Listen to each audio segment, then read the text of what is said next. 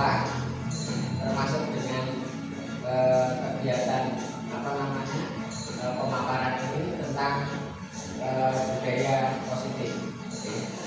Budaya positif itu didasari oleh tantangan pendidikan di Indonesia, yang mana peran sentral guru dalam menciptakan lingkungan belajar yang mendukung serta kebutuhan untuk perubahan sistemik dan pendekatan pendidikan dalam adanya program guru penggerak, yang mana bertujuan meningkatkan kapasitas dan kualitas guru melalui pelatihan dan pendampingan. Karena untuk membentuk budaya sekolah yang positif, inklusif, dan mendukung perkembangan holistik siswa, inovasi, partisipasi aktif siswa, dan pengembangan keterampilan sosial ekonomi serta meningkatkan kualitas akademik. Jadi latar belakang dalam program itu intinya apa yang kita pelajari dengan budaya untuk diterapkan di sekolah. Tujuannya yaitu satu, membangun suasana sekolah yang aman, nyaman, dan mendukung semua warga sekolah termasuk siswa, guru, dan staf. Termasuk di sini juga nanti kita bisa tambahin untuk kemudian yang kedua, menanamkan nilai-nilai positif seperti rasa hormat, tanggung jawab, kerjasama, dan kejujuran pada siswa. Kemudian yang ketiga, membuat proses pembelajaran lebih efektif dan menyenangkan sehingga hasil belajar siswa itu bisa meningkat, menurunkan tingkat kenakalan atau bullying dan perilaku negatif lainnya di sekolah. Kemudian membantu siswa dan guru mengelola stres dan emosi dengan lebih baik sehingga kesejahteraan emosional mereka bisa terjaga. Membangun hubungan yang positif dan harmonis antara semua warga sekolah termasuk antara siswa dan guru. Kemudian yang terakhir, membekali siswa dengan keterampilan sosial dan emosional yang mereka butuhkan untuk sukses di masa depan, baik dalam lingkungan akademik maupun dalam kehidupan sehari-hari. Nah, dalam kegiatan ini kita membuat kesepakatan dalam poin designasi.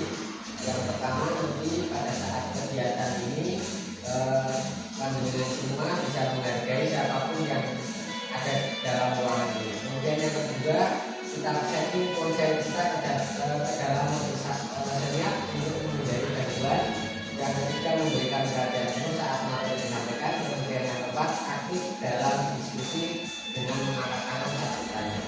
Kemudian yang kelima, keluar ruangan jika sangat diperlukan untuk menjaga kenyamanan. Dan yang keenam, menghormati semua pendapat yang diungkapkan walau berbeda. Nah, di dalam budaya positif Bapak Ibu di sekolah kita nanti bisa terapkan di sekolah kita SDN 02 Langkat ini, yang mana bahwa seorang guru itu yang baik harus memiliki kemampuan dalam mewujudkan budaya positif di sekolah, di mana budaya positif tersebut dapat dijalankan dengan penerapan konsep inti, yaitu ada 6 di sini. Dalam melaksanakan kegiatan budaya positif kita harus mempunyai konsep-konsep inti seperti disiplin positif, kemudian motivasi perilaku manusia, dan yang ketiga keyakinan sekolah ataupun kelas, kemudian yang keempat kebutuhan dasar manusia, yang kelima kontrol restriksi, dan yang keenam adalah segitiga. Kita akan bahas satu persatu disiplin positif dulu.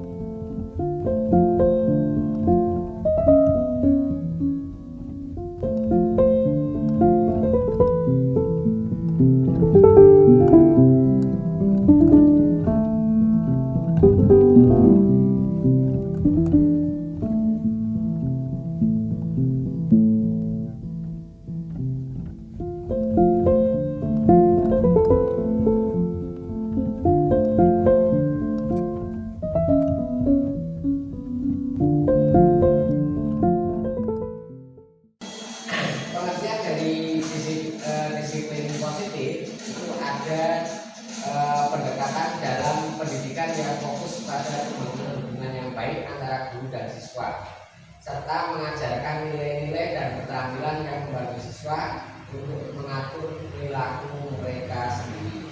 Dimana dalam disiplin positif itu contoh-contohnya yaitu dengan kita memberikan pujian kepada anak dan bisa memberikan penghargaan kepada siswa. Kemudian penggunaan aturan kelas yang disepakati itu biasanya kita dalam tahun ajaran baru kita masuk kelas bareng. Di situ guru dengan anak itu bisa memberikan guru memfasilitasi untuk kegiatan membuat peraturan kelas. Kira-kira dalam peraturan kelas itu kira-kira pernah enggak di sini dengan melakukan itu? Pernah ya? Itu juga bisa dilakukan untuk aturan sekolahan. Kemudian ada pemberian tanggung jawab kepada siswa, kemudian pendekatan restoratif, pembelajaran sosial dan emosional, kemudian waktu refleksi, berikan waktu refleksi bagaimana anak setelah kegiatan pembelajaran ditanya, tidak harus semuanya, hanya sebagian siswa saja untuk mewakili. Kemudian rutinitas harian yang konsisten, ya, yang namanya budaya positif yang banyak contohnya yang kita lakukan sebelum masuk kelas, diberikan baris di lapangan, kemudian disuruh untuk membaca Asmaul Husna. Itu merupakan budaya positif, tetapi itu juga harus dilaksanakan dengan konsisten. Jadi kalau kegiatan-kegiatan budaya positif yang tidak dilaksanakan konsisten buat apa? Hanya sifatnya nanti menjadi pamer dan sebagainya. Kemudian yang terakhir yaitu komunikasi yang positif antara guru dengan siswa. Itu untuk yang disiplin positif. Kemudian yang di dalam disiplin positif itu kaitannya dengan profil pelajar Pancasila. Ini ada 6 karakter, di mana yang pertama beriman bertakwa kepada Tuhan Yang Maha Esa, berakhlak mulia, kemudian mandiri, berkebinekaan global, bergotong royong, kreatif dan bernalar etis. Kemudian yang kedua yaitu motivasi perilaku manusia dalam menjalankan budaya positif. Itu konsep inti yang kedua ini, jadi motivasi perilaku manusia ini adalah kekuatan atau dorongan yang mendorong individu untuk bertindak atau berperilaku dalam suatu cara tertentu. Dimana contohnya di sini ada partisipasi dalam aktivitas ekstrakurikuler, kemudian pencapaian akademis, ya, kemudian partisipasi dalam kompetisi, kemudian keterlibatan dalam proyek kolaboratif dan pelaksanaan tugas serta kehadiran dan ketertiban. Yang ketiga, keyakinan kelas ataupun sekolah. Dimana keyakinan kelas ataupun sekolah itu adalah keyakinan yang dimiliki oleh siswa tentang kemampuan mereka untuk berhasil dalam lingkungan akademik dan sosial di kelas mereka. Contohnya ini contoh dari keyakinan kelas, di mana dibuat hadir tepat waktu. Ini dibuat stiker seperti ini, kemudian nanti ditempel di kelas-kelas lainnya itu bisa. Kemudian berpakaian rapi dan sesuai setiap hari. Kemudian berdoa sebelum dan sudah belajar. Kemudian belajar dengan bersungguh-sungguh, mengikuti dan mengerjakan tugas tepat waktu, menjaga kebersihan kelas dan sekolah, jujur dan mandiri, saling menghormati, menyayangi dan bekerjasama, bersikap baik, ramah dan santun. Itu hanya sekedar contoh. Mungkin Bapak Ibu guru eksaminasi. Jadi ini hanya sekedar contoh, nanti bisa disandingkan dengan keyakinan kelas yang dibuat Bapak Ibu di kelas masing-masing. Di sini ada peraturan dan keyakinan kelas. Ada peraturan di mana selalu dikembalikan buku ke tempatnya. Itu nanti maksudnya keyakinan kelas itu nilainya nilai apa. Kemudian dilarang mengganggu orang lain. Tadi di sekolah 15 menit sebelum pembelajaran dimulai, dilarang melakukan kekerasan, dilarang menggunakan narkoba, bergantian dan menunggu giliran, kemudian menggunakan masker, kemudian jangan berlari di kelas atau koridor. Ini hanya sebuah contoh saja. Nanti dari peraturan kelas ini, keyakinan ataupun nilai dari keyakinan kelas itu apa saja. Yang pertama selalu tadi yang saya sampaikan itu nilainya adalah tanggung jawab, kemudian dilarang mengganggu orang lain, itu nilainya menghormati orang lain, sampai dengan jangan berlari di kelas ataupun koridor. Itu nilai dari keyakinan kelasnya adalah keselamatan dan keamanan. Jadi kalau membuat peraturan untuk peraturan di kelas ataupun sekolah, itu juga melihat dari nilai-nilai yang ada yang berkaitan dengan profil pelajar Pancasila. Karena memang untuk merdeka itu tujuannya itu profil pelajar Pancasila. Kemudian untuk mendukung daripada budaya positif, faktor lain adalah kebutuhan dasar manusia, di mana kebutuhan dasar manusia itu adalah pengakuan bahwa setiap individu memiliki kebutuhan yang mendasar untuk merasa dihargai, aman dan diterima dalam lingkungan sosial mereka. Ini contohnya budaya produksi program budaya makanan dan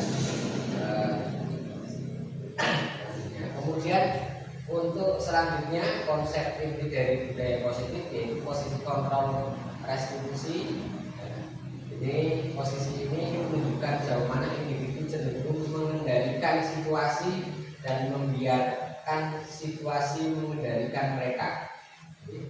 Jadi posisi kontrol restitusi itu pengertiannya itu, dan di sini kita membagi dalam 5 posisi kontrol restitusi, yang mana guru sebagai penghukum, kemudian guru sebagai pembuat rasa bersalah, yang ketiga guru sebagai teman, dan guru sebagai pemantau, yang kelima adalah guru sebagai manajer. Di mana tindakan guru itu umpamanya ada contoh mencatat 100 kali di dalam buku kalimat saya tidak akan terlambat lagi karena terlambat ke sekolah. Jadi ini merupakan hukuman atau konsekuensi. Ini sudah saya sampaikan, sudah saya tuliskan. Ini perbedaan antara hukuman dan konsekuensinya. Kalau murid diminta untuk push up selama 15 kali karena tidak menggunakan masker di sekolah, dia tidak menggunakan masker, maka guru memberikan hukuman untuk push up 15 kali. Beda lagi dengan konsekuensi, di mana menggantikan kertas tugas teman yang telah belajar ada teman yang membuat tugas kemudian mencoret-coret nakal lah, salah satu anak mencoret-coret kertas salah satu temannya, kemudian kita berikan nasihat kepada anak tersebut, silakan ganti kertas temannya yang telah belajar. Itu merupakan konsekuensi bukan hukuman, dimana sebenarnya dalam kurikulum ini semua guru itu dilarang untuk memberikan hukuman kepada siswa. Nah, kadang panduannya itu harus bisa membedakan antara bentuk perkataan ataupun bentuk hukuman dan bentuk konsekuensi. Jadi yang diperbolehkan untuk sekarang itu adalah kita harus memberikan memberikan hukuman kepada siswa. Kemudian yang terakhir ada segitiga restitusi, dimana kemarin saya pernah membuat buku tentang segitiga restitusi. Segitiga restitusi itu ada menstabilkan identitas, kemudian ada validasi kebutuhan, kemudian yang terakhir menanyakan keyakinan, di mana segitiga restitusi ini digunakan untuk menyelesaikan masalah ketika siswa panjenengan mempunyai masalah. Contoh umpamanya ada siswa kita berkelahi, kadang kita langsung saja memberikan nasihat tanpa adanya validasi, kemudian tanpa adanya menstabilkan identitas anak, langsung baik percaya di sini.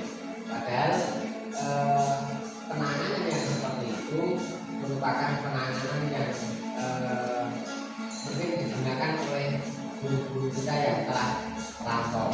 Nah, sekarang cara penanganan anak seperti itu menggunakan sistem segitiga restitusi. Anak harus stabilkan identitas dulu, ditanya dulu dia emosinya ada, kemudian dibanggakan dulu. Contoh umpamanya ditanya dulu sebab mengapa dia berkelahi, kemudian setelah ditanya dia emosinya ada, diberikan keyakinan juga, diberikan validasi kebutuhan supaya itu apa sebenarnya kok bisa dia melakukan seperti itu. Setelah seperti itu nanti baru kita memberikan solusi atau bisa langsung ke anaknya, kira-kira kok dulunya bisa berkelahi, itu permasalahannya apa? Oh iya Pak Guru, dulu juga seperti itu, jadi tidak apa-apa. Nah, kalau sudah emosinya stabil dan mereda, dia sudah tidak punya emosi, maka dia akan menceritakan apa adanya. Setelah dia menceritakan apa adanya, yang satu si A sebenarnya keinginan kamu apa setelah kamu melakukan hal yang seperti itu. Saya menggaya begitu saya sehingga kambing saya umpamanya lepas. Saya ingin si B ini bisa memperbaiki kambing saya. Oh seperti itu, oke ya. Kemudian si B juga ditanya juga, kamu mau nggak untuk memperbaiki kambing si A? Jadi ada keseimbangan, keinginan siswa itu sebenarnya inginnya itu seperti apa. Jadi jangan sekali-kali langsung kita harus kamu harus seperti ini kamu. Jadi sesuai dengan kebutuhan siswa itu apa panjenengan ikuti saja. Karena yang penting tujuan kita kan mendamaikan yang itu yang berdebat atau mungkin permasalahan lain seperti kadang jarang masuk sekolah, kadang jarang masuk kelas, kadang bermain seperti kelas 5 itu kan ada yang merokok dan sebagainya. Itu sebenarnya ya, tapi itu tidak berlaku juga segitiga restitusi yang dilakukan untuk yang contoh yang anak kelas 5 yang jauh-jauh itu sudah terlalu over. Sudah terlalu over.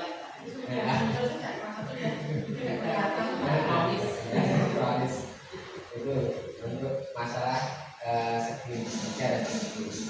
Itu saja yang dapat saya sampaikan. Mungkin ini berguna. Nanti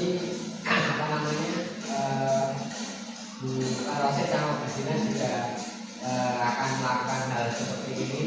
Jadi sama-sama walaupun sebenarnya saya sudah telat untuk mengikuti program guru ini karena kebanyakan itu sifatnya masuknya ke guru, guru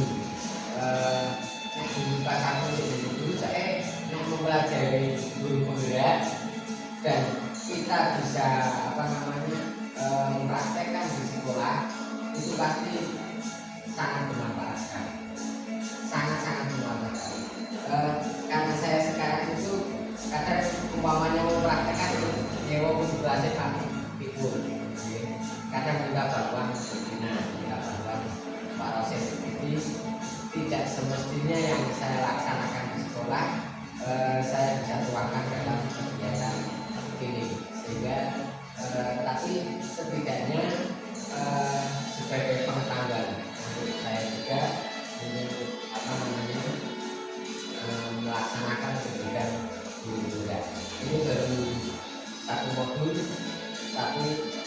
keinginan saya itu sebenarnya banyak. Dari satu modul itu ada 4 sub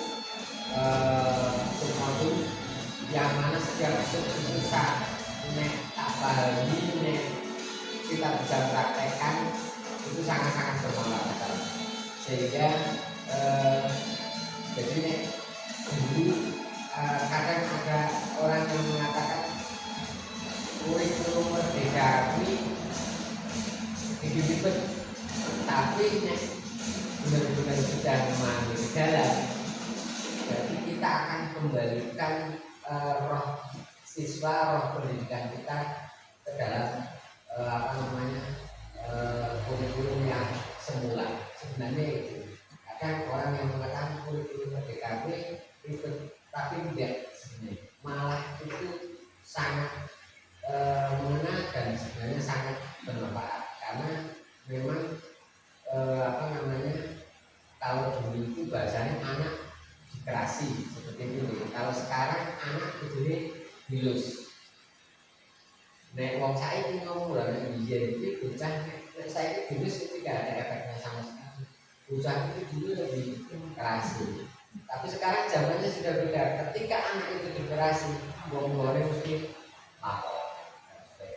Kita juga akhirnya makanya dengan adanya kurikulum itu juga membahas lingkungan sekitar kita, di mana sebab dan akibatnya daripada pendidikan yang kita lakukan.